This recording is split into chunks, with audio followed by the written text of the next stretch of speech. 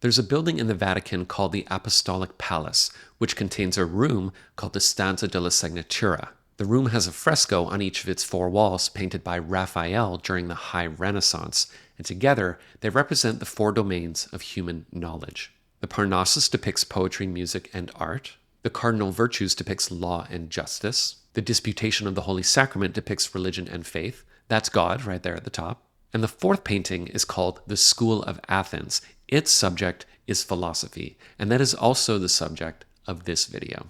Now, my primary goal is for you to walk away from this video with a general understanding of the story that Western philosophy tells. But I also have a secondary goal, and that is to highlight the absurdity of the first goal, to illustrate the fact that no matter how high your stack of philosophy books is, at the end of the day, we are all mostly ignorant about the true history of human thought.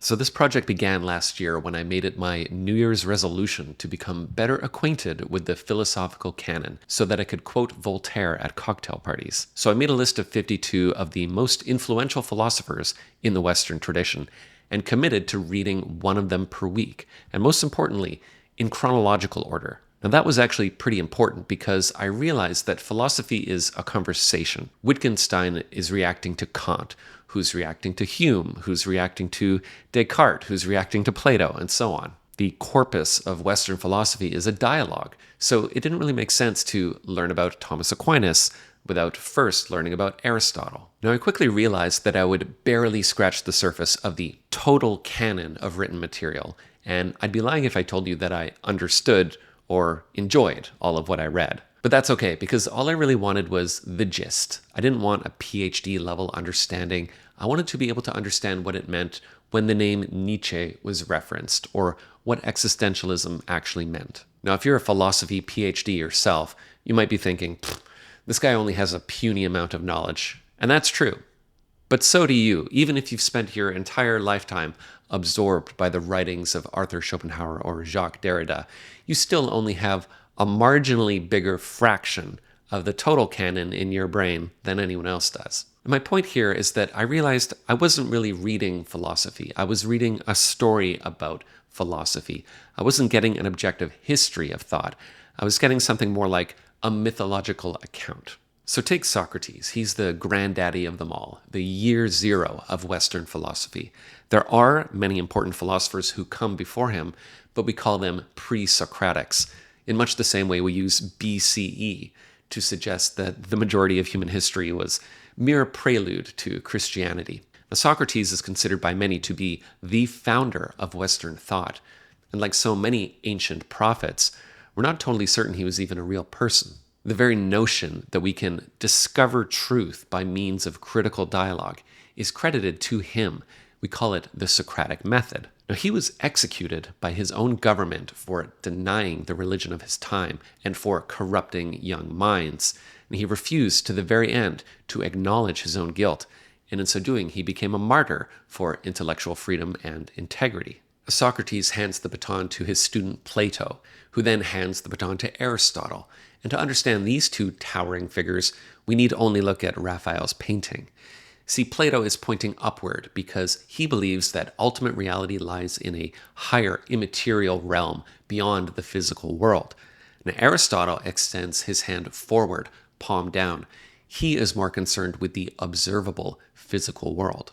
Now, this tension between idealism and empiricism is a fundamental fault line at the core of Western philosophy that carries right through its entire history, including the High Renaissance when this image was created. And that's actually the point I want to make here. This image of Plato and Aristotle was created 1800 years after their deaths. These philosophers were nearly as ancient to Raphael as they are to you and me. So when we look back through time at these figures, we don't really have a direct line of sight. We can only see them as refracted through the prism of history, through many layers of historical and cultural interpretation. And the further back in time you go, the more these figures feel canonical to Western culture, the more mythical they feel. Aristotle is credited with no less than inventing formal logic, so these guys really are at the foundation of Western thought. They belong to the period of philosophical history known as Classical Greece, which is generally regarded as the first chapter in our story. and depending on how you're taught philosophy, the total number of chapters in that story can vary greatly. Now, one of the classic textbooks on philosophy is this one, written by Bertrand Russell and first published in 1946. He breaks the history down into 3 chapters: ancient, Catholic, and modern. And those chapters are further subdivided, and the boundaries dividing these categories are often demarcated by individual philosophers. So, for example, the border between the ancient and Catholic traditions is personified by Plotinus. His ideas were very much in the tradition of Plato's, but he also argued for a single perfect God beyond human description. And this philosophy became very useful during the Middle Ages because it provided an apparently ancient metaphysical framework that was compatible with Christian doctrine. Today, we give Plotinus the label Neoplatonist, though that word wasn't invented until the 19th century. So the point is that it's only retroactively, after the rise of Catholicism, that Plotinus is seen as important, sort of like we're looking back in time through a distorted looking glass that magnifies certain figures while diminishing others. Now, of course, the distinguishing feature of the Catholic or medieval period of philosophy is that it's religious, meaning that any rational inquiry was ultimately constrained by the orthodoxy of the Church. This is nicely summed up in the motto of its founding figure, Augustine of Hippo: Credo ut intelligam, I believe so that I may understand. He's credited with developing the doctrine of original sin, the idea that humanity inherited the sin of Adam and Eve. People are born guilty and can only be saved by the grace of God. And it's really impossible to overstate how influential this idea has been in Western civilization. The entire medieval period of history is built on the assumption that humans are morally compromised from birth, and that the Church is the gatekeeper of salvation. It's not really until the 13th century that Catholic philosophy changes in any fundamental way, and that's thanks to Thomas Aquinas, who believed that reason could be a pathway to God, even without divine revelation or scripture. And what's really interesting is that Aquinas was a big fan of Aristotle, who had a big comeback in the late Middle Ages.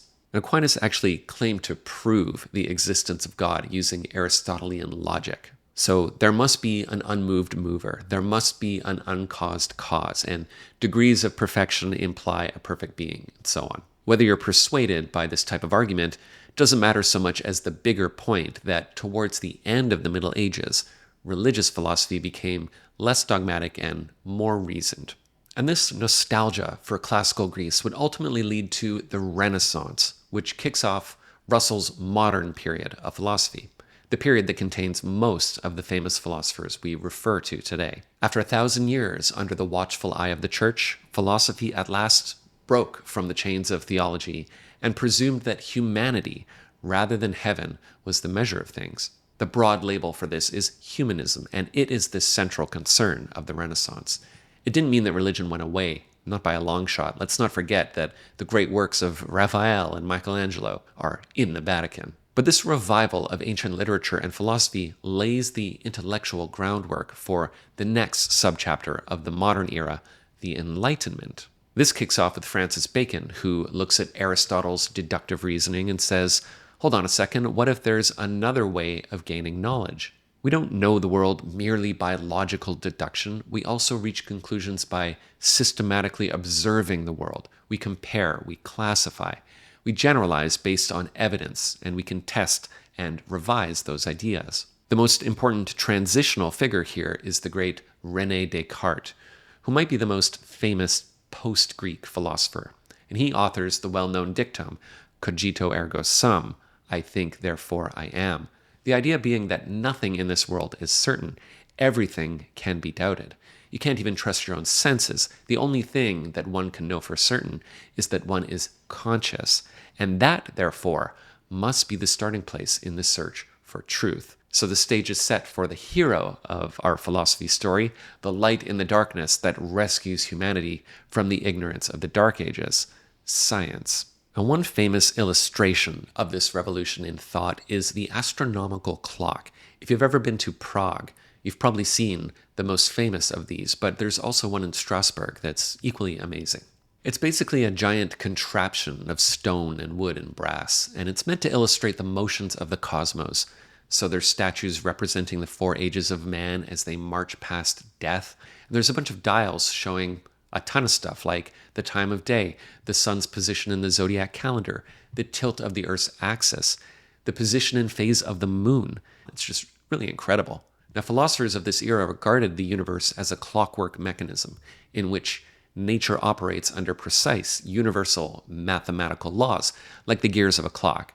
So think of the astronomical models of Copernicus, Galileo, and Newton. Now, you might be saying, wait a second, I thought this video was about philosophy. Why are we talking about scientists? Well, that's because it's not exactly clear where the colors of science and philosophy split when we peer backward through the prism of history. Eratosthenes correctly calculated the circumference of the Earth in 240 BCE. He made observations, he made precise measurements, and used reason to reach his conclusion, yet he predates the so-called scientific revolution by about 1700 years. So again, we just need to remember that our neatly organized historical eras also distort our perception and oversimplify the truth. It's interesting to consider that the term scientific revolution was only popularized in the 1950s by a few historians who sought to contrast Western rationality with Soviet dogma. The scientific revolution, and to some degree the Enlightenment itself, are creation myths whose purpose is to give structure and meaning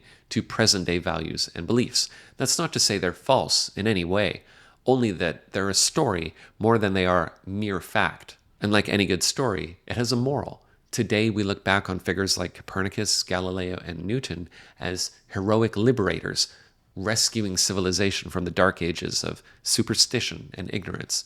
The moral of the story being that reason and skepticism are noble virtues. And it's not just about science. The Enlightenment is also the origin story of our politics. In this case, we're liberated not only from ignorance, but also from monarchic and ecclesiastic power. So John Locke argues that people are born with natural rights to life, liberty, and property. Voltaire argues for freedom of speech and freedom of the press. Rousseau argues that the sovereignty of the state belongs to the general will of the people. So the Americans revolt against their colonial rulers, the French overthrow their decadent monarchs, and the way is paved for the secular liberal democracy that we live in today, which it turns out was the destiny of Western civilization all along. The end. Well, it would have been a happy ending if not for philosophers who are critical thinkers and who do not accept the view that the Enlightenment is the happy ending of history. Hegel pops up around this time and points out that history is more of a back and forth of opposing ideas, and this paves the way for the most consequential philosopher of the modern period, Karl Marx, who sees history in more material terms as a struggle between classes. And that idea turns out to have explosive implications for the 20th century. And since God has been proclaimed dead, leaving a moral vacuum throughout European society, the time is ripe for utopian ideologies to rush in to fill the void. And well, we all know how that turned out. Now, so much of your interpretation of philosophy from this point on hinges on whether you believe that the contributions of Karl Marx were ultimately good or bad for society. And that's because many of the people we call philosophers in the 20th century are, at the very least, in dialogue with Marxism, and often extending his critique in new and creative ways. Simone de Beauvoir adapts Marxism into a blended critique of capitalism and patriarchy. Michel Foucault argues that everyday systems of power shape what we think is true. And Jacques Derrida says, bunch of stuff, I don't know, I didn't understand that guy. And if you've noticed that my little summaries are getting more abstract, that's because the more recent period of philosophy gets pretty blurry at this point, sort of like a story whose ending is still in the process of being written. We don't yet know the moral of this story, so it's impossible to name the important philosophers of our own age. Depending on where you sit ideologically, you might see any of these figures as the most consequential philosopher of our time. And just as important as the people I mentioned in this story are the people I did not mention. If you're someone who is knowledgeable about philosophy, you'll certainly take issue with some of my more glaring omissions, who, if mentioned, would themselves only expose further and more niche omissions. Some of you might have noticed that I barely mention any women in my story, whereas Hannah Arendt, Mary Wollstonecraft, Hypatia of Alexandria. Why didn't Martin Luther King make the list, or Frederick Douglass? Do these individuals perhaps not fit our preconceived image of the philosopher? The lesson is that stories really do structure how we think about the world. Even things that we regard as factual or historical tend to be narratives in the end, constructed post hoc, to help us make sense of the values and beliefs that we hold today. Who the main characters are, what moral their story tells, is ultimately up to you, dear reader. And I'd say the gist is that there really is no stack of books high enough to get you any closer to the truth than anyone else. So thanks for watching. Check out my Patreon if you'd like to support this channel, and I'll see you on the next one.